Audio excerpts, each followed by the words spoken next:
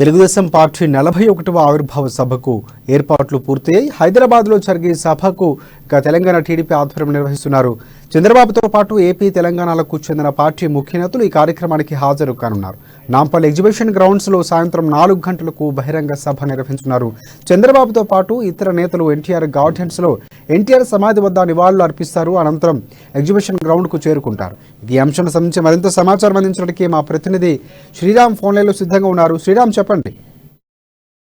Thank you Rajasekhar. అయితే మనం ఈ రోజు చూడొచ్చు, తెలంగాణ రాష్ట్ర వ్యాప్తంగా ఇటు 2 తెలుగు రాష్ట్రాలకు సంబంధించి తెలుగుదేశం పార్టీ ఆవిర్భవించి 40 వసంతాలు పూర్తి చేసుకుని 41వ వసంతంలోకి అడుగు పెడతా ఉంది. అయితే దీనికి సంబంధించి ఈ రోజు ముఖ్యంగా మనం చూసుకున్నట్లయితే తెలంగాణ తెలుగుదేశం ఈ ఎన్టీఆర్ భవన్ లో పార్టీ జెండా ఆవిష్కరణ ఉంటుంది. జ్ఞానేశ్వర్, ఈ పార్టీ అధ్యక్షులు జ్ఞానేశ్వర్ ఆధ్వర్యంలో జెండా ఆవిష్కరణ అనంతరం కార్యక్రమం మధ్యాహ్నం 3 గంటల నుంచి ప్రారంభమవుతుంది. దీనికి జాతీయ అధ్యక్షుడు నారా చంద్రబాబు నాయుడు తన నివాసం నుండి బయలుదేరుతారు. 3:30 ఆ ప్రాంతానికి ఎన్టీఆర్ ఘాట్ వద్దకు చేరుకొని నివాళులు అర్పిస్తారు. ఎన్టీఆర్ ఘాట్ నుండి బయలుదేరి ఆ 3:45 ఆ టైంకి ఎగ్జిబిషన్ గ్రౌండ్ కి చేరుకోవడం జరుగుతుంది. అయితే ఆ ఎగ్జిబిషన్ గ్రౌండ్ చేరుకున్న సందర్భంలో గౌరవ పార్టీ అధ్యక్షులతో పాటు దాదాపు 32 మంది పొలిట్ బ్యూరో సభ్యులకు, ముఖ్య నాయకులకు వేదికపై ఆహ్వానించి జెండావిష్కరణ కార్యక్రమం ఉంటుంది. అనంతరం జ్యోతి ప్రజ్వలన, పార్టీ వ్యవస్థాపక అధ్యక్షులు ఎన్టీ రామారావు గారికి నివాళులు అర్పిస్తారు. అనంతరం గీతాలాపన, అమరులైన పార్టీ కార్యకర్తలకు కూడా నివాళులు అర్పిస్తారు. జాతీయ అధ్యక్షులు వారికి సన్మాన కార్యక్రమం కూడా ఉంటుంది. 41వ వసంతం పూర్తి చేసుకునే సందర్భంగా కేక్ కటింగ్ చేసి పార్టీకి సంబంధించిన కార్యకర్తలకు కూడా సన్మానం చేసే అవకాశాలు ఉన్నాయి. అయితే ఎమ్మెల్సీలు కావచ్చు, అటు మున్సిపల్ కార్పొరేషన్ చైర్పర్సన్ కావచ్చు, గతంలో పార్టీకి సంబంధించినటువంటి సేవా కార్యక్రమాలు చేసిన వ్యక్తులకు కూడా ఈ సన్మానం చేయబోతా ఉన్నారు. అయితే ఏదేమైనప్పటికీ దాదాపుగా ఈ కార్యక్రమం మొత్తానికి 4:40 లేదా 5 గంటలకే వక్తల ప్రసంగం ప్రారంభమవుతా ఉంది. అయితే 2 తెలుగు రాష్ట్రాలకు సంబంధించినటువంటి తెలుగుదేశం పార్టీ అధ్యక్షులు, అటు మన ఆంధ్రాలో చూసుకున్నట్టయితే అచ్చెన్నాయుడు, ఇట్లు తెలంగాణ తెలుగుదేశం అధ్యక్షులు జ్ఞానేశ్వర్ ఆధ్వర్యంలో ఈ యొక్క ఏర్పాట్లు జరుగుతా ఉన్నాయి. దీనికి సంబంధించి వక్తల ప్రసంగం ఉంటుంది. వక్తలు దాదాపుగా తెలుగు రాష్ట్రాలకు సంబంధించి ఇటీవల రాష్ట్రంలో జరుగుతున్నటువంటి ఈ తెలంగాణలో చూసుకున్నట్లయితే ఇటీవల కురిసినటువంటి అకాల వర్షాలు, రాష్ట్రంలో అధికారంలో ఉన్నటువంటి పార్టీ చేస్తున్నటువంటి అరాచకాలు, వాటిని బహిర్గతం చేసి రానున్న రోజుల్లో తెలంగాణలో తెలుగుదేశం పార్టీ ముందుకెళ్లే దిశగా కృషి చేస్తుంది. అయితే ఇప్పటికే గతంలో చూసుకున్నట్లయితే ఇంటింటికి తెలుగుదేశం అనే కార్యక్రమాన్ని పెద్ద ఎత్తున చేసుకోవడం జరిగింది. ఈ దాంట్లో భాగంగా 95 నియోజకవర్గాల్లో ప్రజల్లో ఇంటింటికి వెళ్లి ఈ గతంలో చేసినటువంటి తెలుగుదేశం పార్టీ యొక్క పథకాలను ప్రజల్లోకి తీసుకెళ్లిన పరిస్థితి మనం చూసాము. అయితే 119 స్థానాలు, రానున్న రోజుల్లో 119 స్థానాల్లో కూడా తెలుగుదేశం పార్టీ పోటీ చేస్తుందని చెప్పి తెలుస్తున్న పరిస్థితి. నిన్న జరిగినటువంటి పొలిట్ బ్యూరో సమావేశంలో దాదాపుగా 32 మంది పొలిట్ బ్యూరో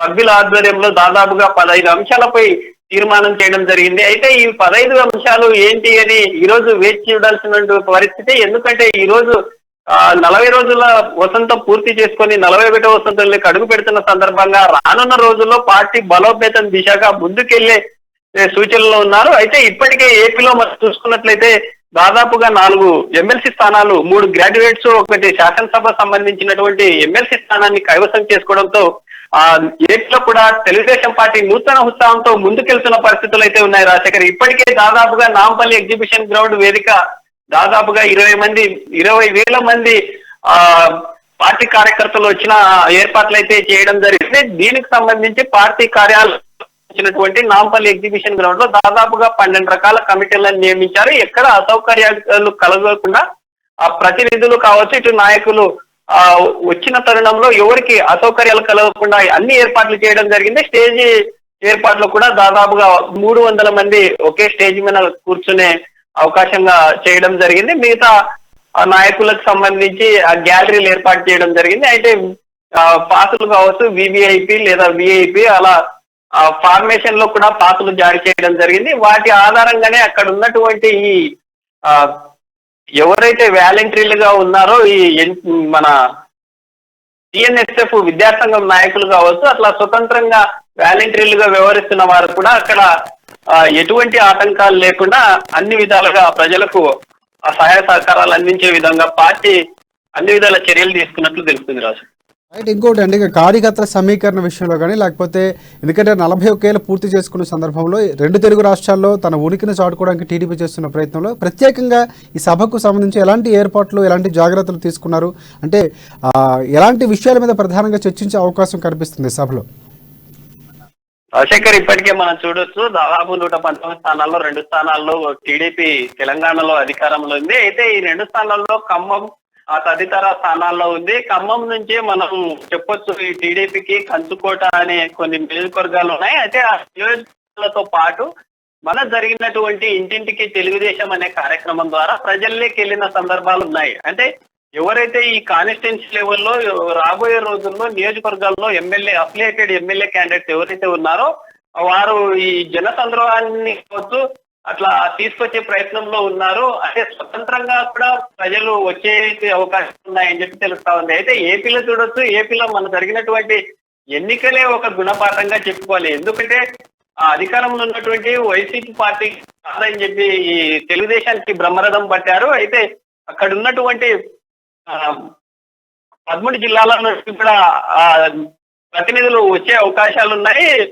అక్కడ ఉన్నటువంటి దాదాపుగా 5-6 జిల్లాల్లో కూడా టీడీపీ కంచుకోటలుగా ఉన్నటువంటి జిల్లాల నియోజకవర్గాల్లో కూడా పెద్ద స్థాయిలో వచ్చి ఈ యొక్క పార్టీ ఆవిర్భావ సభను జయప్రదం చేస్తారని తెలుస్తా ఉంది రాజశేఖర్. అయితే మీరు అడిగినట్లు ఈ 15 ఏదైతే ఈ సభలో కీలకంగా చర్చించే ఉన్నాయని చెప్పి మీరు అంటున్నారో, అయితే గతంలో జరిగినటువంటి పొరపాట్లు కాకుండా ఈసారి ప్రీ ప్లాన్డ్ గా పార్టీ ముందుకెళ్లే దిశగా 15 తీర్మానాలు చేసుకోవడం జరిగింది. గతంలో జరిగినటువంటి పొరపాట్లు కాకుండా రానున్న రోజుల్లో ప్రజల్లోకి పార్టీ బలోపేతం దిశగా ముందుకెళ్లడం, ఎలా ముందుకెళ్లాలి, మేనిఫెస్టోని ప్రకటించినటువంటి రానున్న ఎన్నికలను దృష్టిలో పెట్టుకొని మేనిఫెస్టోని కూడా ఒక రూపురేఖలు మార్చే విధంగా రానున్న రోజుల్లో భవిష్యత్ తరాలకు ఉపయోగపడే విధంగా ఉండాలి.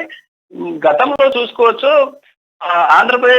ఉమ్మడి ఆంధ్రప్రదేశ్ లో చంద్రబాబు నాయుడు ముఖ్యమంత్రిగా సందర్భంలో హైదరాబాద్ లో అనేక రకాలైనటువంటి అభివృద్ధి కార్యక్రమాలు కూడా శ్రీకారం చుట్టారని చెప్పుకోవచ్చు రాజశేఖర్. ఎందుకంటే ఇక్కడ మన ట్యాంక్ బండ్ పరిసర ప్రాంతాల్లో ఈ రింగ్ రోడ్స్ కావచ్చు, ఈ ఫ్లైఓవర్స్, ఈ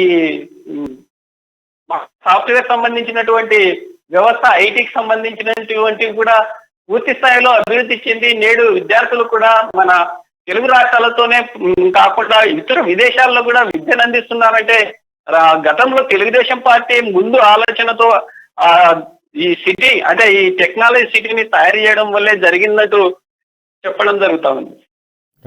థ్యాంక్స్ ఫర్ అప్డేట్స్ శ్రీరామ్.